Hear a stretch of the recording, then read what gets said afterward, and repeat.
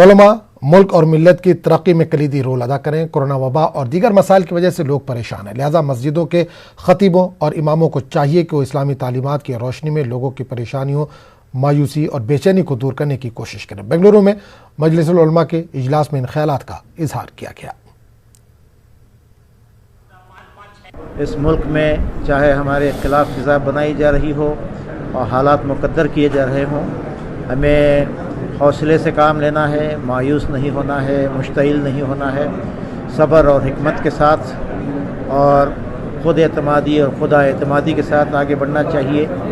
اور ہمارے ان حالات میں ایک بات جو تمام کوششوں کے لیے مرکز اور محور کا کام دینا چاہیے، وہ ہمارے دعوت اللہ کا کام ہے۔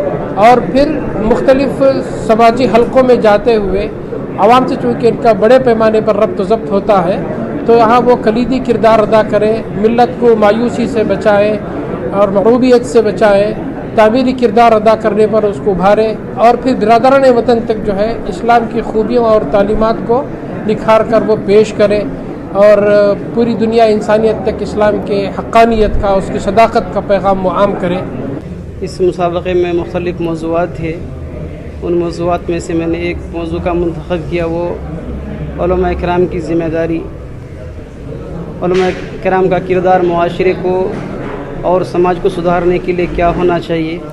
اس کے لیے ہم نے مختلف کتابوں کا مطالعہ کیا، اس سے جا کے جو خلاصہ پیش کیا، اس کے نتیجے میں الحمدللہ میری فرسٹ پوزیشن آئی اس میں۔